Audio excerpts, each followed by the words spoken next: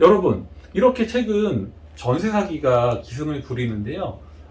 앞서 말씀드렸지만 하락장이기 때문에 매매가, 집값도 빠지지만 전세가도 큰 폭으로 하락했기 때문에 이렇게 백제라는 임대인, 집주인들이 늘어나고 있습니다. 이렇게 전세 사기가 기승 부리는 요즘, 그렇다고 또 전세를 구하실 분들은 또 전세를 구하셔야 되거든요. 그 다음에 또 전세를 살고 계신 분들은 잘 사시다가 보증금을 안전하게 받아서 나오는 게 중요한데요. 그렇게 하기 위해서 여러분들께 조언을 드리겠습니다. 우선 세 가지로 나눠봤는데요. 우선 첫 번째가 전세 구할 때 이런 집은 일단 피하고 보자. 어떤 집을 피해야 되냐? 이런 집은 들어가면 전세 사기일 가능성이 높다. 그 얘기고요. 두 번째는 살고 있는 집이 전세 사기가 의심될 때, 그러니까 201호, 지금 201호 임차인처럼 내가 살고 있는 집이 전세 사기가 의심될 때 그때 어떻게 대처를 해야 되는지 그 유의사항에 대해서 말씀을 드릴 거고요. 네, 세 번째, 마지막으로는 전세 사기가 우려되는 집을 계약할 때 유의사항. 그러니까 집을 보러 갔는데 마음에 드는데 좀 이상하다. 이거 전세 사기 아닐까? 이렇게 조금이라도 의심이 들 때 유의사항, 이렇게 세 개로 나눠서 한번 말씀을 드려보도록 하겠습니다. 전세 구할 때 이런 집은 일단 피하고 보자. 자, 어떤 집을 피해야 되냐면 전세 임차인이 입주하고 바로 소유자가 바뀐 집. 그러니까 좀 전에 사례에서 신혼부부가 마음에 들어했던 그 빌라처럼 전에 살고 있는 임차인이 들어가자마자 얼마 있다 곧 임대인이 바뀐 집. 특히 전세가와 매매가의 차이가 없거나 같은 집. 이거는 최근 이슈가 되고 있는 빌라 사기, 빌라왕의 전형적인 그 패턴입니다. 그래서 이런 모습을 보인다 그러면 이런 집은 마음에 들어도 좀 걸러라. 이 말씀 드리고 싶고요. 네, 두 번째는 등기부 등본에 소액의 압류라든가 가압류가 설정되어 있는 집. 예를 들어서 카드사의 카드 대금이라든가 건강보험료, 세금 같은 게 연체돼 있을 때. 그런데 여러분 또 이렇게 생각할 수 있거든요. 소액이니까 또 부동산이나 임대인이 계약서 쓸 때 이래요. 이거 얼마 안 돼요. 이거 제가 갚고 말소해 드릴게요. 이렇게 그냥 쉽게 얘기하거든요. 그러면 또 쉽게 받아들이거든요. 소액이니까 이거 갚아주면 문제 없겠지. 그렇게 생각하실 수 있는데요. 여러분, 반대로도 한번 생각해 보실 필요가 있습니다. 뭘 반대로 생각하냐면, 이렇게 소액을 연체했다는 건 이 임대인의 자금 사정이, 경제적 상황이 결코 좋지 않을 가능성이 높다는 겁니다. 그래서 여러분, 그 경매 사건을 보면, 물론, 거액의 근저당, 대출이 있어서 넘어가는 집들도 있지만 의외로 이런 소액이 여러 건 모여서 넘어가는 집들도 많습니다. 그러니까 여러분 계약을 하실 때 등기부 등본을 다 열람해서 이렇게 보는데요. 그때 소액의 이런 채무들이 설정돼 있다. 그러면 임대인이 경제적 상황이 좋지 않을 수도 있겠다. 이렇게 한번 체크해 보실 필요가 있습니다. 세 번째는 주변 시세보다 저렴한 전세가.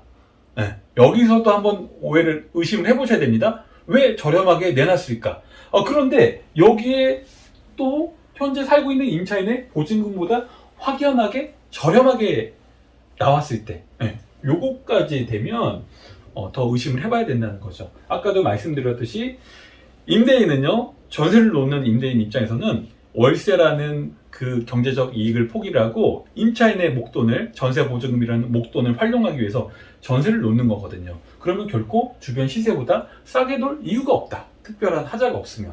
그리고 무엇보다 요즘에 물론 전세, 특히나 빌라의 전세가가 내려가서 역전세가 맞긴 했지만 확연하게, 시세보다 확연하게 현재 임차인의 보증보다 저렴하게 내놓을 이유가 없다. 왜냐면 역전세이기 때문에 임대인 입장에서는 보증금을 빼줘야 되는데 왜 확연하게 저렴하게 내나요? 그럼 빼줘야 되는 돈이 더 늘어나는데. 그래서 이런 부분은 임대인의 의도가 뭔지 한번 파악해 볼 필요가 있다. 그래서 이런 세 가지 유형의 하나라도 있으면 마음에 든다 하더라도 계약하실 때 좀 신중을 기하셨으면 좋겠습니다.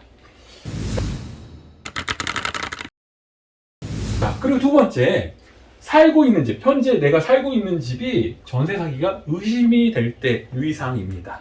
자, 첫 번째, 자신이 들어가고 임대인이 바로 바뀌었다면 일단 의심해라.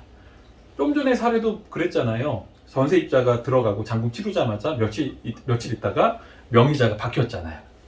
그러니까 이거는 어떻게 하냐면 뭐 전세로 이제 전세든 월세든 이사를 가시면 뭐 한두 달 이내에 등기를 한번 띄워보세요. 그럼 등기를 띄워보면 소유권 이전 변경이 있는지 없는지. 그래서 만약에 등기를 떼어봤는데 소유자가 변동이 됐다. 그리고 소유자가 변경됐는데 그 소유자가 산 매매 가격이 내가 들어간 전세 금액과 큰 차이가 없거나 같다.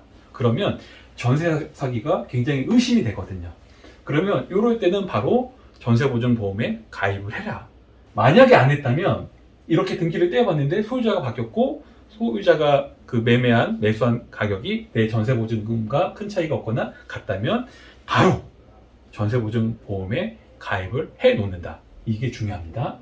그리고 세 번째, 임대인이 새로 들어온 임차인에게 계약금을 받았다면 반드시 자신에게 계약금을 달라고 요청을 하셔야 됩니다.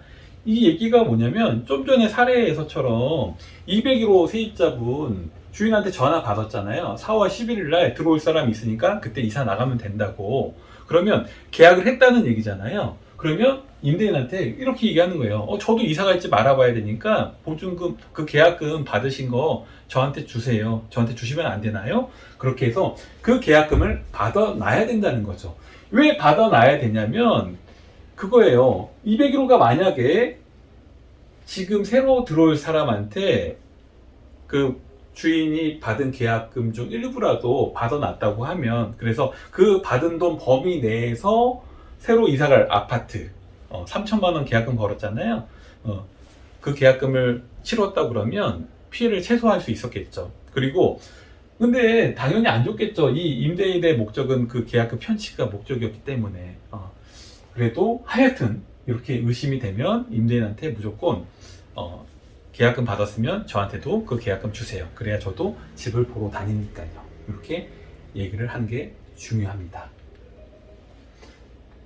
그리고 이렇게 전세 사기가 의심될 때는 201호처럼 3천만 꼭 계약금 10% 안 걸어도 되거든요. 그러면 201호는 3억 5천짜리 전세 계약을 하면서 3천만 원 10%에 가까운 계약금을 걸었잖아요. 그러면 혹시 모르기 때문에 5%만 걸어도 돼요. 그러면 뭐 3천만 원이 아니라 뭐 1,000만 원, 1,500만 원 아니면 뭐 2천만 원 요 정도만 가급적 계약금을 소액으로 잡고 나머지를 다 잔금으로 이렇게 비율을 정하는 것도 하나의 방법이 될 수 있습니다. 마지막으로 전세 사기가 우려되는 집을 계약할 때 유의사항. 조금이라도 의심이 들면 계약을 하지 않는 것이 좋습니다. 그래도 이 집이 너무 마음에 들어서 계약을 하고 싶다, 정하고 싶다 그러면 계약금을 최소로 걸었으면 합니다. 그리고 두 번째, 전세보증보험에 반드시 가입을 해두는 것이 좋습니다. 세 번째, 현재 살고 있는 임차인의 보증금이 얼마인지 그리고 현재 시세가 얼마인지를 파악해 볼 필요가 있습니다. 네 번째, 전세를 구할 때 전세가뿐만 아니라 해당 주택의 매매가도 파악해 봐야 됩니다. 그러니까 아까 그 201호 임차인 사례처럼 또 그 빌라 신혼부부가 계약하려고 했던 301호 임차인처럼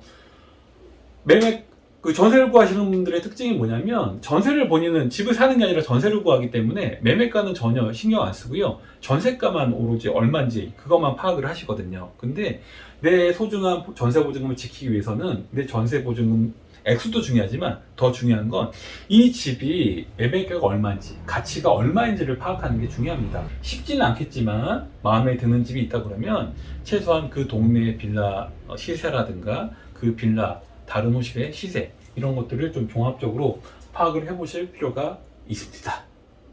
자, 여러분 여기까지 전세 사기에 대한 최근 사례와 또 전세 사기를 당하지 않기 위해서 유의하셔야 될 부분에 대해서 말씀을 드렸습니다. 오늘 영상이 전세를 살고 계시거나 혹은 앞으로 전세를 구하실 예정인 분들에게 전세 사기를 당하지 않는 도움의 영상이 되었으면 좋겠습니다. 여러분, 오늘 영상이 좋았다면 좋아요, 구독, 알림 설정 부탁드립니다. 오늘 영상은 여기까지입니다. 감사합니다.